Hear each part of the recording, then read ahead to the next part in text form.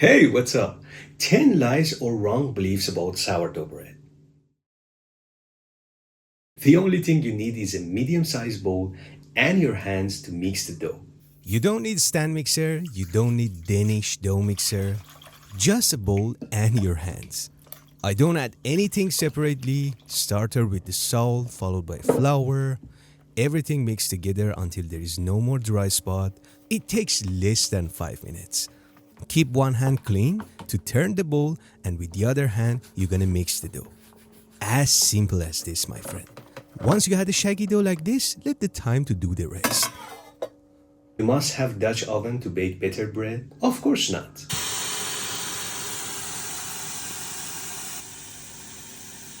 The only thing you need is an upside down tray to bake your sourdough bread from open baking with lots of steam.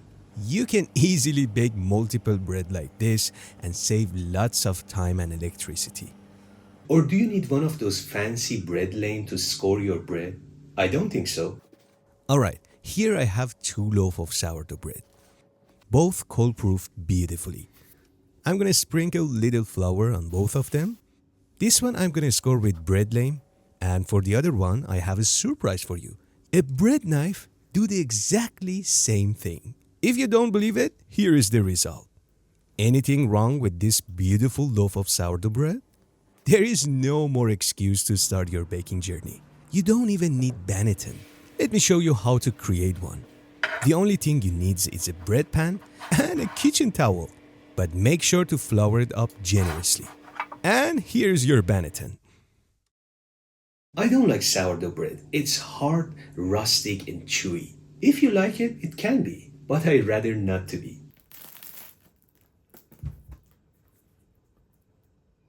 With a well-fermented dough and few oven adjustments, you can easily achieve lighter and crispier crust. I'm gonna talk about well-fermented dough later on this video. But here is a well-proof dough. Sprinkle tiny amounts of flour, not too much, and score it with confidence. Spray water on top of the dough. This is another secret. Preheat the oven with an upside down tray. Transfer the dough and lots of steam, my friend. Pour boiling water everywhere. And shut the door quickly. The temperature also important. Reduce the temperature to 230 and bake for 20 minutes, then remove the steam and bake for another 20 minutes at 215 degrees Celsius. It's sourdough bread, so it has to be sour, right? Not necessarily. That's what people believe in the US. For example, in Italy, people put so much effort to achieve less sour bread. And everything starts with starter. Don't let your starter to get acidic. I live in very hot climate. So instead of feeding my starter 3 to 4 times a day, I always store my starter into the fridge. Even after 24 hours, this starter continue rising. Would you believe that? For sweetbreads also, you can make a stiff starter. I put the link here for you. And keep in your mind, the longer the fermentation, the more sour the bread. And slightly overproof dough always end up with sour bread. You don't need to do that. Please stop wasting lots of flour. This is the starter I fed with 1:5:5 ratio. Let me feed another one which been into my fridge for 24 hours and explain to you something. Should I store my starter into the fridge or should be always outside? Again, if you are in very hot climate, there is no point to store the starter out of the fridge. Cause in such a hot climate, the starter reaches to its peak after only 4 to 5 hours. It means you need to feed your starter 3 to 4 times a day, which is a total waste for home bakers. If you are in cooler climate, you can feed your starter 2 times a day and you are good to go. You can keep only a tiny amount of starter for your next feeding. Like in this case, I had only 30 grams starter, 150 gram flour and 150 gram water. And with this amount, I can make 4 to 5 loaves of sourdough. Let me put it into the jar to see how it dries.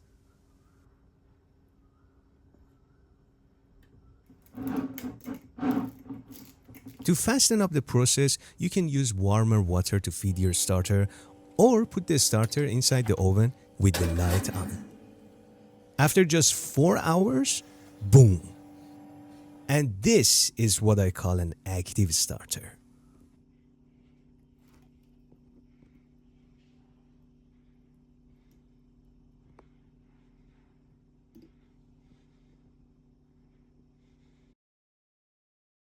Mix and knead the dough until it passes the window pane test. Don't waste your time, bother yourself, or break your stand mixer. Let the time to do your job. Again, these are not spiral mixer. It takes about 20 to 25 minutes to completely develop the dough and pass the window pane test. So don't waste your time, don't break your mixer. Mix until you had a shaggy dough like this. It takes 3 to 4 minutes. If you want to mix by hand, it's the same story. Everything into the bowl, mix until you had a shaggy dough like this. Clean up your hands and the side of the bowl and let the time to do your job. Let it rest for 30 minutes and 30 minutes later, as you can see, the magic happened and the dough gained some beautiful strength. Now you can bring it on the surface, wet up your hand, go under the dough, lift it up couple of times, maybe 2 to 3 slap and fold if you want, and round the dough up with the help of the surface. It's that easy, my friend. After just 30 minutes rest, the dough should come together like this. I'm gonna cover it up with a damp towel and let it rest for another 30 minutes. And 30 minutes later, I'm gonna wet up my hand and again, same thing happened. Do you see how smooth and elastic this dough it is?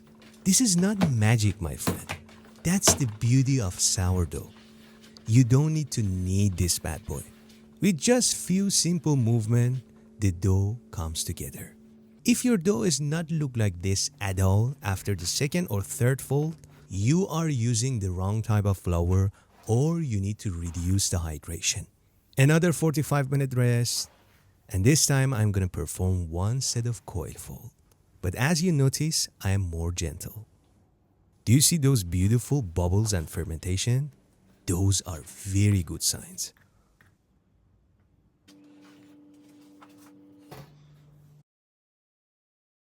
This one I hate the most. Use lots of flour to prevent sticky dough. Please don't do that.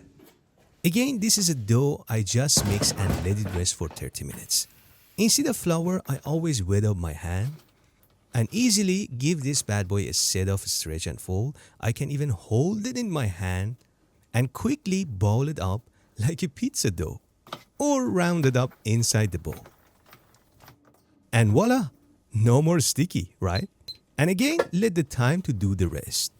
Another one mixed with the help of stand mixer, same thing happened. Wet up your hand, the surface you are working on, and the scraper is your best friend. Do I need flour? Not at all. Flour, my friend, in this stage act like a glue. So please don't use flour. Quick movement, round the dough up with the help of the surface and a scraper, and voila! Again, no more sticky. A well-fermented dough always releases from the bowl easily. You can slightly wet up the surface, but it's not necessary if it is well-fermented. And here you need some techniques. Hold your hands on the surface and push the dough towards yourself while you are turning it. And voila! Pre-shaping can be more easier. If I touch the top of the dough will collapse. So I go under the dough, keep my hands attached to the surface, and round the dough up while I'm pulling it toward myself. And that's it.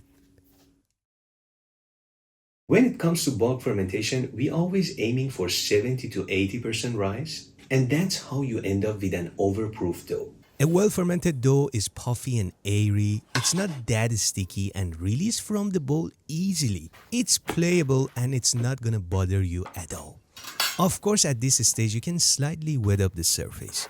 But if your dough is super sticky at this stage and not gonna hold its shape at all, it might be an over-fermented dough. This time, let it ferment for shorter time. But if it's not airy at all, you need to check your starter. There is a specific timing or instructions to make sourdough bread. If you hear this from a baker, unfollow that person immediately. That depends on many factors: your starter, the flour you are using, the climate you are living in. Get one of this timer and a thermometer to observe everything by yourself instead of following a recipe blindly. Your dough temperature, how it dries, the room temperature. If you are living in four seasons country, you need to have seasonal recipe and timing. While in cold seasons there is a chance of under fermentation, in hot seasons and in hot climate there is over fermentation. That's why sometimes making sourdough bread become too complicated for you. Because it's not just about following a recipe. It's more of understanding the process and observe everything by yourself. That's not always the case. Take a look at this crumb for example. Can you guess the hydration? 80%? 85%? What about this dough? 80%? Even 75%? All wrong, because this, my friend, is just 72%. In this case, I'm using a local budget flour. That's why nothing wrong with lower hydration. Does this dough look so firm or dry? Not at all. And that's simply because I choose the right hydration for the flour I'm choosing to bake with. If you're using a stronger flour, something at least contains 13% or more protein, be my guest and increase the hydration. And here's my 70% hydration dough after bulk fermentation. Another important thing you need to consider is fermentation. A well-fermented dough always makes the perfect bread. So if you're a beginner baker, I always recommend you to go for lower hydration. Last but not least, sourdough bread is costly and takes a lot of time, which is of course not true. I guarantee this. Anything homemade is more affordable. And for sourdough bread, you just need little bit of planning. For example, you can even feed your starter the night before and keep it into the fridge. Even 24 hours later, my starter looked like this. So I can use this bad boy straight from the fridge into my recipe. Beautiful, right? Same thing with the dough. You can cold proof your dough to have more flexible schedule. And may I ask you why it's expensive? It's only flour, water and salt, my friend. And of course, you can learn how to bake multiple bread in your home kitchen oven to save electricity and time. I have a whole video on this. You can check it out later. Even 4 loaves at the same time. Amazing, right? You can bake a couple of loaves on weekends and store it into the freezer. That's what I'm usually doing. I always have a bag of whole wheat or sesame seeds, which are my favorites. If you are not a lazy like me, you can put the date too. Simply after baking, slice it out into the zip keep and into the freezer, not fridge, my friend. Like so, every time you need a bread, take it out of the freezer, right into the toaster or into the oven. That only takes around 5 to 6 minutes, my friend. Because of the long process, artisan breads are more expensive. But what if you learn how to bake it at home? If you care about your health and even the taste of bread you are consuming, there is no excuse to put little bit more time on weekend and make such a beautiful bread, which made with only flour, water and salt. No chemical, no preservatives, easy to digest, fun to make. Maybe later you're gonna share it with your friends or you're gonna sell and make money. Guess what? If you want to learn about this journey, you can subscribe my channel so you don't miss my next video. Keep baking and take a good care of yourself.